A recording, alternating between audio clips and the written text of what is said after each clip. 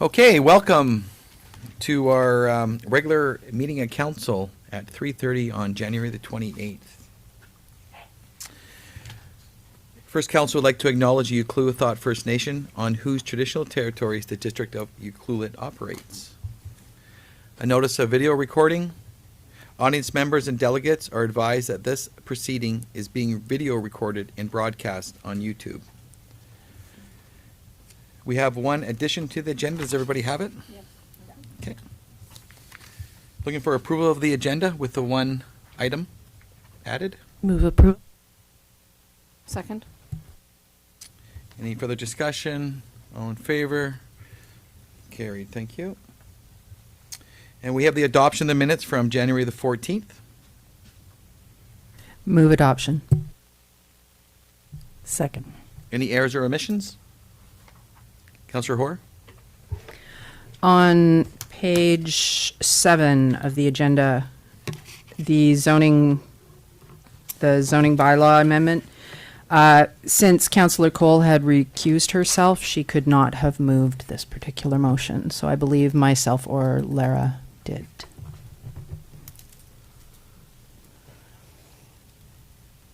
Councillor McEwen, did you had your hand up?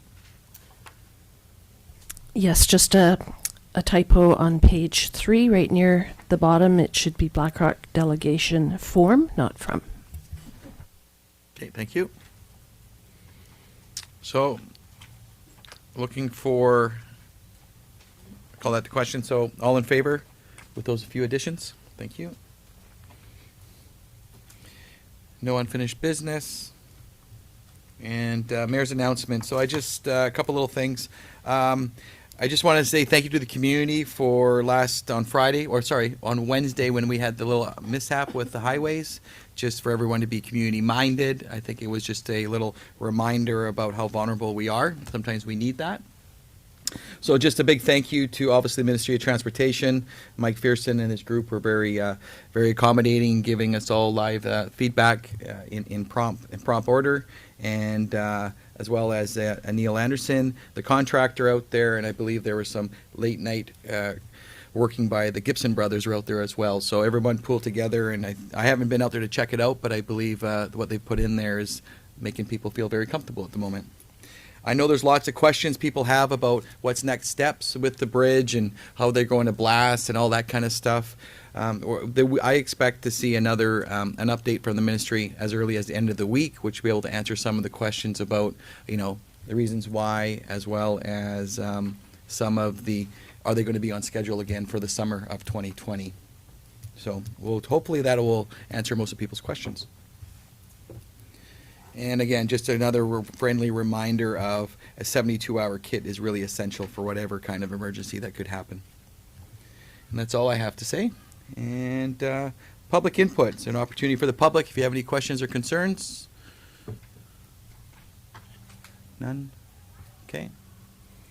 Okay, we'll get to correspondence. We have 2 correspondence items. 10.1 is the UBCM Rural Evidence Review Project follow-up.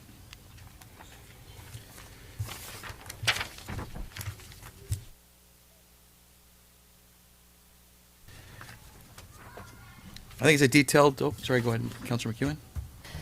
I believe it's a follow-up survey that they're hoping we can disperse. And so I would like to make a motion that we disperse it through Yuki Mail. Perfect. I'll second that. Any further discussion? All in favor? Thank you. 10.2, Clayoquot Biosphere Trust Grant Announcement.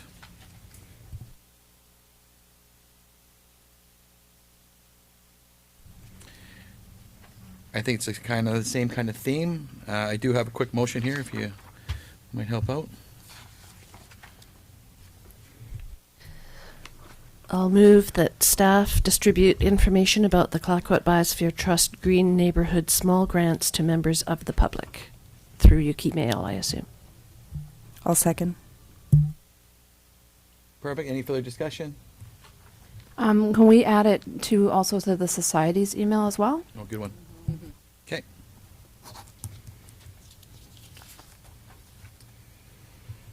Perfect. Okay, so all in favor?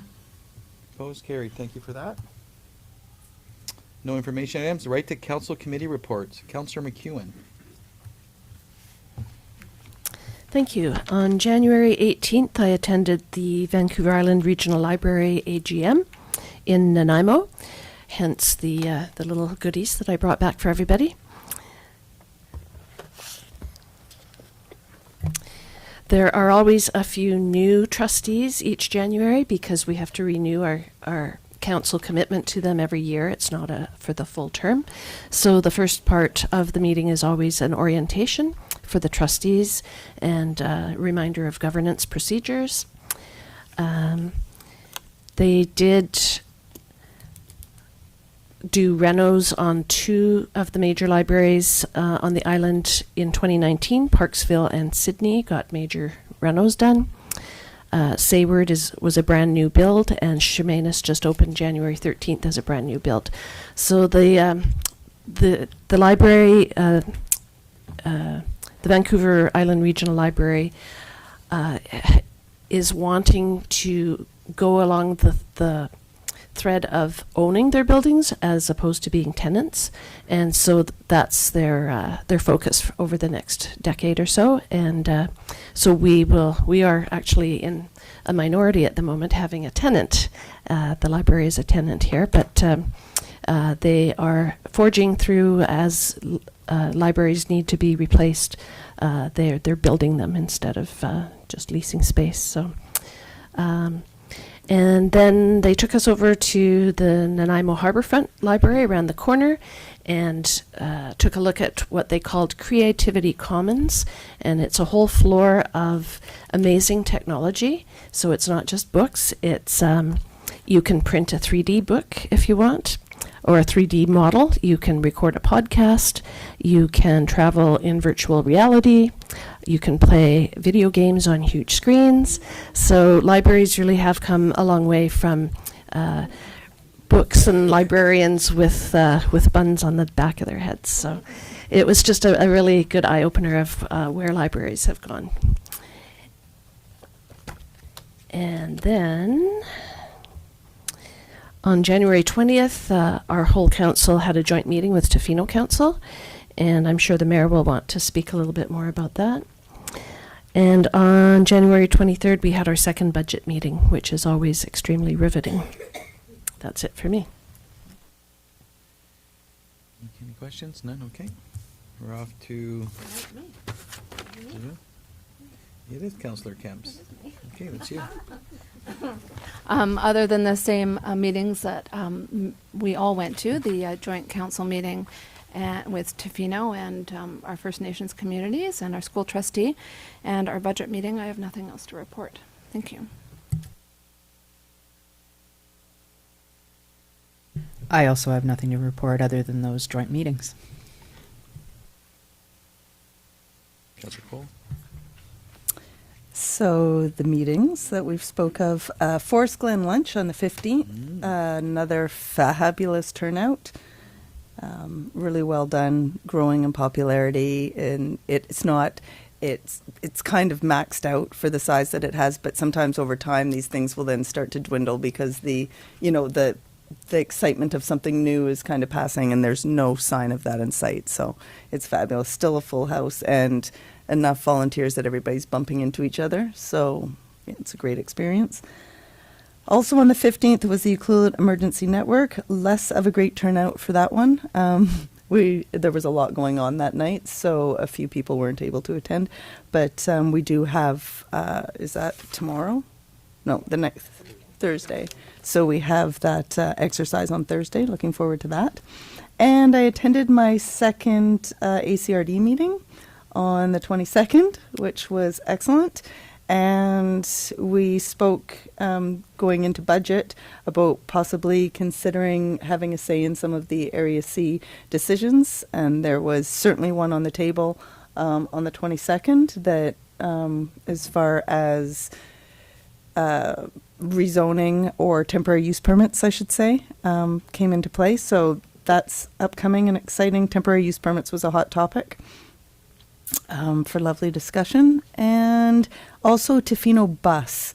They had a delegate the gentleman who now owns the Tofino bus line was there and spoke, and it was brought up by our representative from the Ucluelethat that the location that the bus is currently stopping in is very exposed to weather and downhill from the co-op and places in town that they would be needing to get to, and possible request for us to maybe consider some alternative options and work with Tofino Bus on that. So, Mr. Boyson, you'll probably be hearing, if you haven't already heard, from Tofino Bus.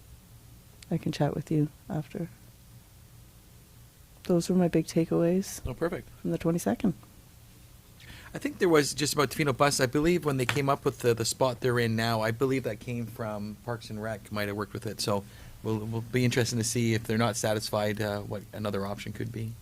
Yeah, definitely. The example that was given was a mother with 3 small children carrying one. One was a toddler and a stroller, and had to make it in the rain and the wind from down there to up to the co-op, where then she could do what she was meaning to do. So, and the doctor's office. So just the location is a little bit challenging for those I can see that. mobility challenged. Yeah.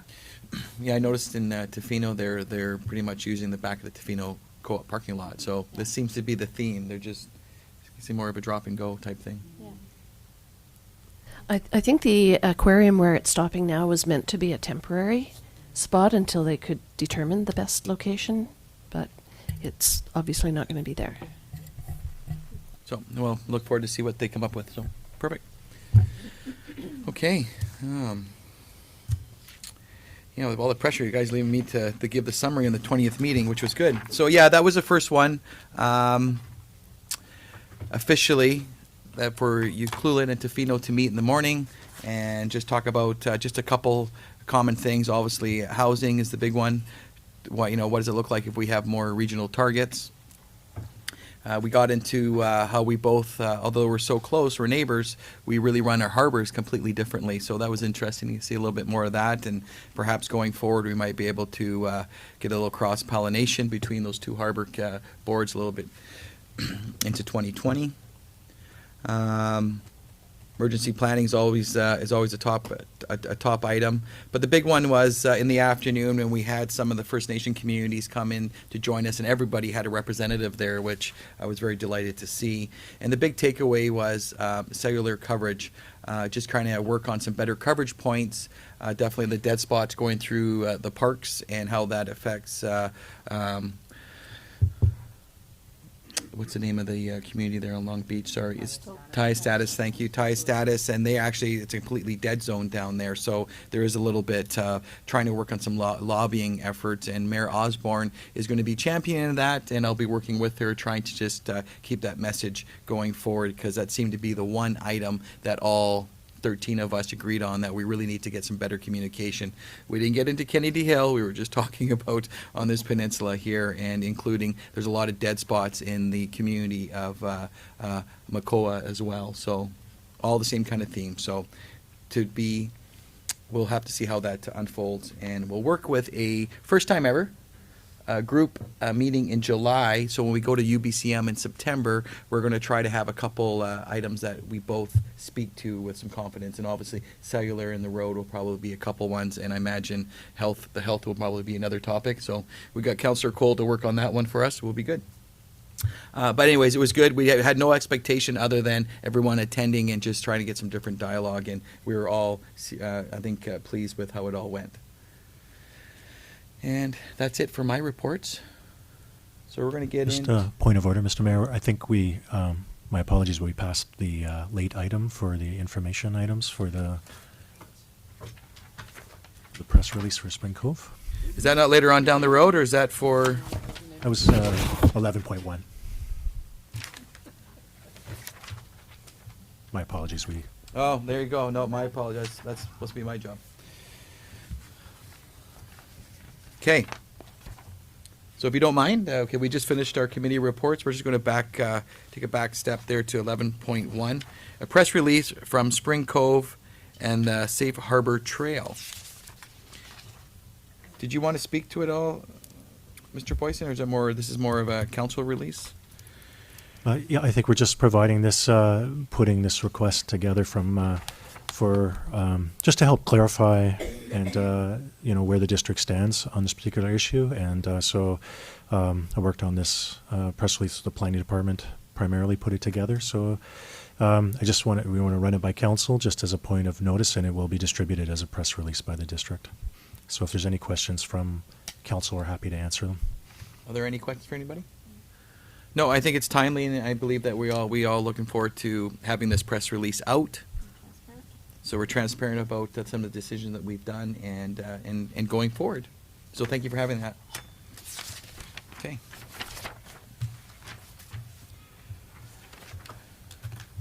Okay, reports, 13.1. Board of Variance members appointees.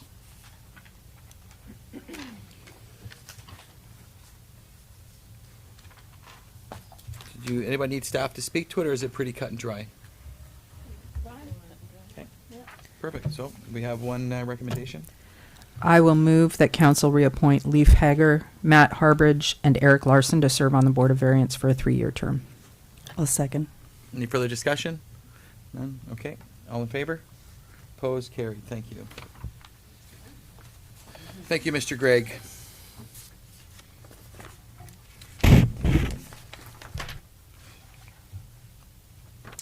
.1 Building infractions and zoning bylaw amendment for 2088 Peninsula Road.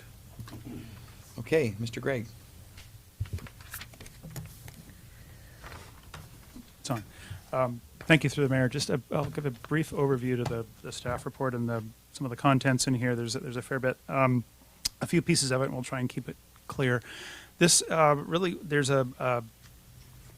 the pieces in front of council here. This is a bit of a bylaw issue that in October staff observed that there was some construction happening without permits on the property, as the report describes. We did have follow-up and a site inspection and a meeting with the residents in November, and so there's been some correspondence and just some recent follow-up correspondence, which is attached to the package with the owners and the residents. We have communicated with both owners and residents to try and keep everyone on the same page with this, because there's just a number of residents on the property and a number of property owners. So the issue here is there's a land use issue and a building issue. And the land use issue is that the property was zoned for motel use, and there had been a business license issued for a motel that was renewed over the years. But it became apparent that when investigating with the construction that was happening without a building permit, that this wasn't a motel. Clearly, it was being used for multifamily residential purposes, which is not allowed currently under the zoning. And as noted in the report, that multifamily residential housing is an important needed form of housing in Ucluelet. And so that's why staff felt it was important to try and work with the owners and the situation to recognize the situation. And we've brought forward the zoning amendment, not sort of waiting or trying to pressure the owners to make an application, but really we've drafted the bylaw, which is on your agenda, which would essentially recognize the multifamily use of the property and zone it for that use, so that the owners can focus on the building issues, and that the residential use could continue. So that's one of the pieces that's on council's agenda, is to give first and second reading to that zoning amendment bylaw and send it to a public hearing and keep that bylaw process moving forward. The other pieces that are part of this, there is the building code issues, and but also there was the business license. We have suspended the business license for a motel. I think that it was recognition that this isn't a motel operation, so that was just one of the pieces of it. But however, as part of that, if the owners wish to address council and on that matter, certainly this would be an opportunity to do so. That there is a provision within the business licensing bylaw that if we suspend a license, they have an opportunity to appeal that to council. So that, I think, is one thing to keep in mind. The other is the section 57 of the community charter allows for a notice to be registered on the title of the property, and needs a council motion. And that's one of the things that are recommended today as well. And that is really a notice that the district is aware that there is work that has been done on buildings without a permit. And I think there's recognition that has occurred in this place. And that's really a tool so that there's a notice that goes on the title so that if the property were to sell, a new owner would become aware that they would, as part of their due diligence of purchasing into a property, that then triggers a new owner to see, oh, okay, what is this? So they can look into it further. So there's, no surprises down the road. So if work that was occurring is now sort of cleaned up with a building permit and they obtain occupancy, then those notices, it's a matter of simply releasing that from the title. So it's really kind of a note that's there with the land title office. So that is one of the recommendations, is that council authorize placing that section 57 notice on title. And again, that's something that council should provide the owners an opportunity to speak to if they wish.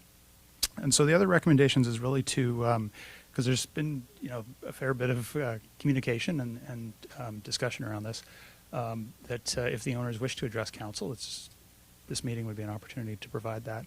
As well, the residents. There are a number of residents who could be affected and may have questions, and we can certainly try to answer them.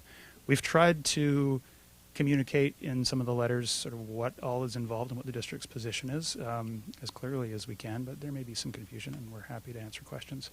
And then having sort of gone through that, we are recommending that council give those initial readings to the rezoning bylaw so we can keep that moving forward and focus on making sure the buildings meet the minimum standards of health and safety, which is really what the focus on the building permits is all about.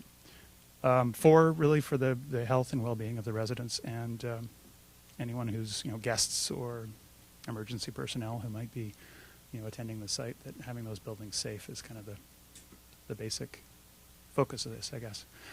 So if there are any questions from council, I could attempt to answer them at this point, or we could Any questions? sit from there.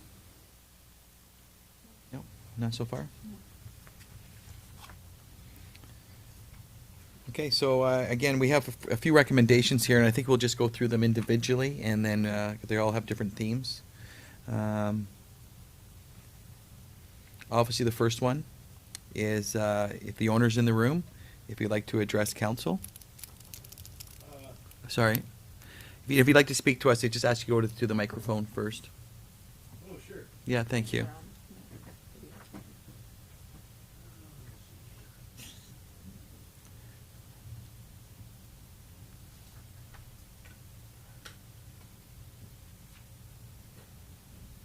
Good afternoon. My name is Glenn Kikinen.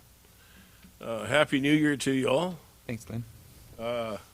Everything's looking good out there. I've established some really good rapport with the building inspector.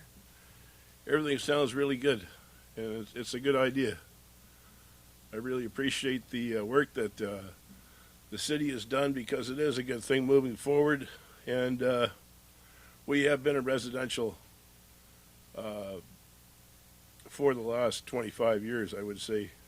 We've done it for a little bit when it wasn't making any money, so we decided to turn it into because we asked city council then, and they said, yeah, go ahead on it, because we're not making any money, we're losing money. So we said we might as well make some money on this, so we turned it into a monthly thing.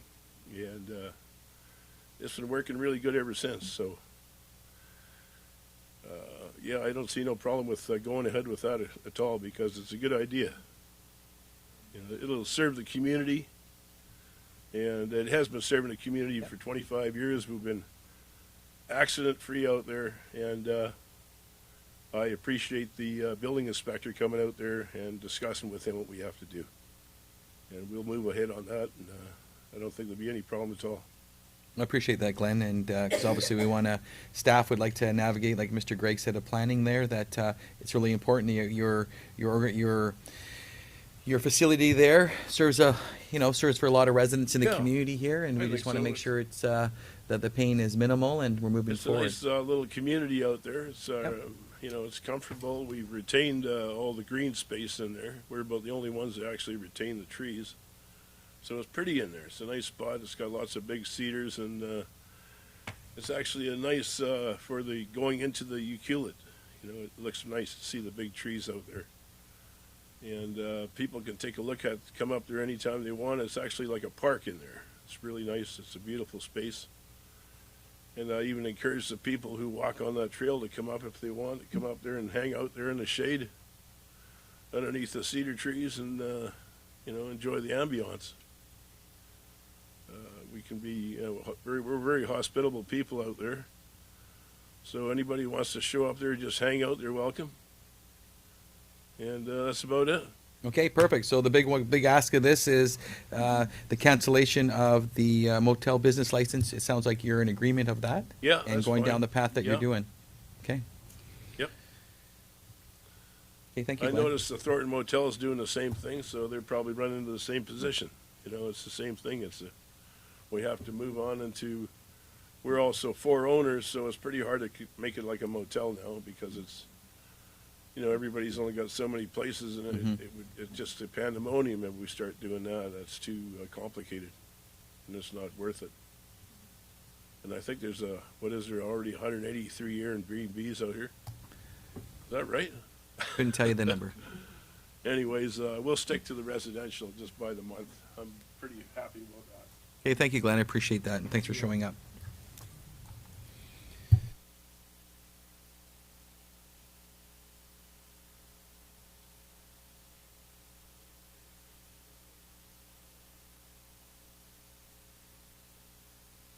Okay, I don't want you on me. Okay, so obviously we got the owner, and I'm thinking there might be a couple tenants, or sorry, a couple residents in there. So again, it's an opportunity to speak to council if there's any possible residents there. Just your name and address there at the microphone. Thank you. Hi there. I live in apartment 5, and so I read the building. Just your name, please. Jared Fenwick. Thank you, Jared. I looked at what the building inspector said, and can't really find any fault with that. The problems that were mentioned are problems. My sort of issue is that my landlord inherited this from, this is 2 landlords away from the builder, and the cost of this is prohibitive, and it's a surprise. And I'm just appealing for mercy to spread the cost and the renovations over maybe like a 2-year period, or like a reasonable amount of time for somebody that can't necessarily just spring $10,000 or $20,000 out of their pocket. She's looking at selling because of this, so that's that's a problem for me being a resident.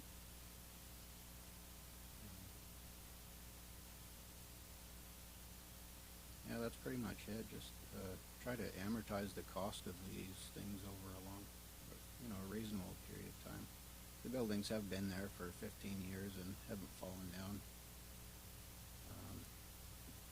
Another 1 or 2 years is probably not going to change anything. I don't know if staff can comment on that, but I just know that staff are working with the owners, and they're trying to delicately navigate and get this building into compliance. Yeah, so that's our intent here behind all this. Thanks, Jared. Any other residents that maybe like to make any comments? No. Okay. Thank you again, Jared. Number 3, I would ask that this recommendation be read out loud. I will move that notice of pursuant to the authority of Section 57 of the Community Charter be filled in the Land Titles Office against the title of the Lot 8, District Lot 284, Clayoquot Land District Plan VIP 58757 PID 018-743-668, having a civic address of 2088 Peninsula Road. And I moved the second one? No, we just stick with that Okay. one. Just do one at a time. Thanks. Skip the Councilor end. Paul. Yep. I'll second that. Any further discussion? All in favor? Opposed? Carried. Thank you for that. Since you're on a roll, do you want to do number 4? The District of Equal Zoning Amendment Bylaw Number 1262, 2020 be given first and second reading and advanced to a public hearing. Second. Any further discussion? All in favor? Opposed? Carried. Thank you very much. Okay. Other business? Is there any other business? In question period, opportunity for I believe there's someone. Yep, there's an opportunity for ask any questions. Just your name and address when you do get to the podium, please.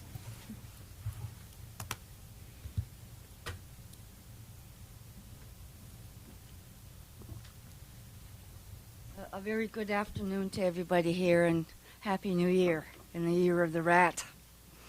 I came today because I was aware of the situation around the confluence of the Pacific Trail and the legal shenanigans that went on around what's happened, and I wanted to bring a positive option to what's happened.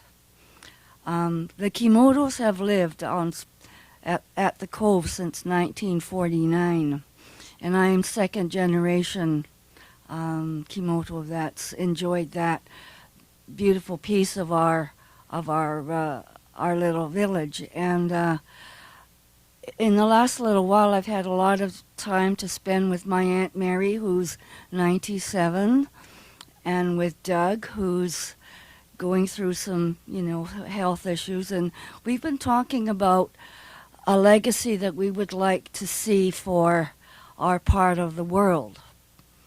When my brother, Ted, put in that last development along Elina Road, we hired a archaeological crew from the University of Florida, and they did a dig at the Cove, so we know that it is a midden. And as such, I guess the province of British Columbia would have jurisdiction over any sort of future development that would happen actually right where we live, right? I don't know about the foreshore going out towards High Focus. Probably that's still pretty well developable. However, when we found out that actually the Cove had been part of the Ucluelet First Nations history for thousands of years, it was a whaling summer camp. And so when Brian Baird built my mom and dad's house, the first thing we found was a whole bunch of whale bones. And so we had to stop the construction of the house, because when you run into whale bones, you have to go through some provincial situations. Anyway, things were fairly relaxed in those days, and they gave us a go-ahead to continue the house. But I'm thinking now in terms of it's 2020 now. What's going to happen to the Cove, say, in 2030? I probably won't be around, although, Aunt Mary's longevity might be in my genetic structure as well. So I may be there in a wheelchair. But I was thinking that it should be a part of Ucluelet that we are proud of. I don't want a whole bunch of little cabins built over there where people come in for 2 or 3 days. And I was thinking, because it's a natural archaeological First Nations site, 2 things are possible, perhaps, with some creativity and some vision. It could become a national museum parkland, much like what's happened with Fort Langley in the Fraser Valley. You could put in a historical Indian site. I'll use the word Indian because that's what we used for a long time. And it could become a kind of a tourist spot where you could, after you've done the trail, you can go over and see what that part of the world was like in, say, the 1500s. The other thing that we thought about was it could become part of the Broken Island group. And in that way it would be protected. And there wouldn't be a large hotel there, selling rooms to tourists. So I just wanted the council to know that we have been thinking about our piece of the world. We've always been jealously private about it, right? Those of you that know the Kimoto family know that we've really kind of relished our end of the road, and we've had various and sundry incidences with people who come and try to horn in on us, some of which have been legal and some which have not been. Well, we're not in that state of mind anymore. So we've got a new young council, a new young mayor. So I thought I'd just like to plant a seed today with you so that you can think creatively about that part of the world. The trail is going to be there forever and ever and ever and ever. And wouldn't it be nice if and most of you know it's a fairly big piece of property. And we could put in parking lot, I guess. Although we could make people bike down or walk down. Anyway, just a thought, okay? Just so that you know that we are open to suggestions. And I've had a chat with two very important people about this situation. Judy Gray, of course. Judy and I had a long conversation last night about real estate and about tourism and parks and so on. And the other person I've spoken with is John Toogood. And I need to come and speak with you, too. Okay, thank you. Oh, you didn't? Did you get her name and address? Okay. Okay. No, it's all good. It's all good. We can't record it now, so there's no disputing if we're doing things by the book. But it's obviously, I appreciate you bringing it all up. You're working with staff and our CEO and things that the Komodo family may want to see long after the Komodos may or may not be residing on the property. Obviously, yes. I thank you for the compliments of the young council. We would love. Say again. The third generation Oh. of Komodos don't seem to take Yeah. an interest. So, they're ensconced in the lower mainland, and Yep. to them, a Canucks game is more important. Yeah. So yeah, going forward, just keep in contact with staff, and as things change for your family going down the road, obviously working with the planning department, and we obviously and if you have any comments you'd like to share, just like you did today, this is the forum to do it. So thanks again for coming. Appreciate it. Are there any other members of the audience that'd like to, if you don't mind? Ms. Mole, welcome.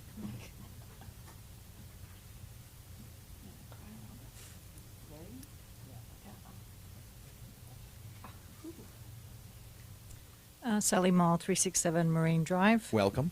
I guess I was a little late. You guys moved fast. But I'm really interested in the rural health survey that was sent out.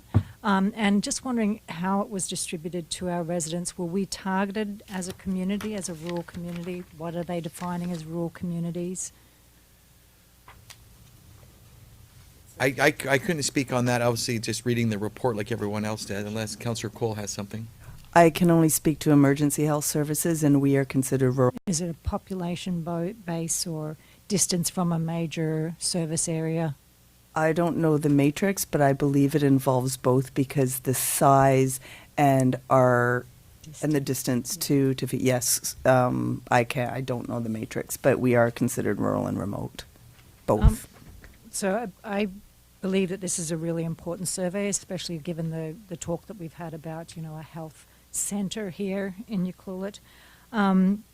So this survey is open until March, I think, of 2021. So it might be great to just get it out there to community to just get a bit more input. And then they have a second part of the survey, I note, that is open only until January 31st of this year, regarding more of the costs and how expensive it is for us to actually access services outside of our area. So I wonder if that could be sent out as well. I mean, we've got a pretty tight turnaround on that, but I would really hate for us to miss the boat to have input on that. Yeah, so that has, Councillor McEwen made the motion there of just getting that out to the normal channels that we have in order to the community about the survey. That would include the email notice? Yuki, and I believe it's going to be thrown on as well as the Society's email. It was that, so we're going to just get it out there. Great. And, But yeah, you're right. I believe obviously the medical center was something that you had worked on in your last term, and I believe it's very timely with us with where our planning, because it appears to be, it looks like the health of British Columbia, that they seem to be maybe looking at things a little bit different lens. So we just happen to be in a timely as we're doing our own planning, and so Great. thank you for that. Thank you. Any other members of the audience have any questions, comments? None? Okay. So we are adjourned. Thank you for coming. Appreciate it. Have a good afternoon.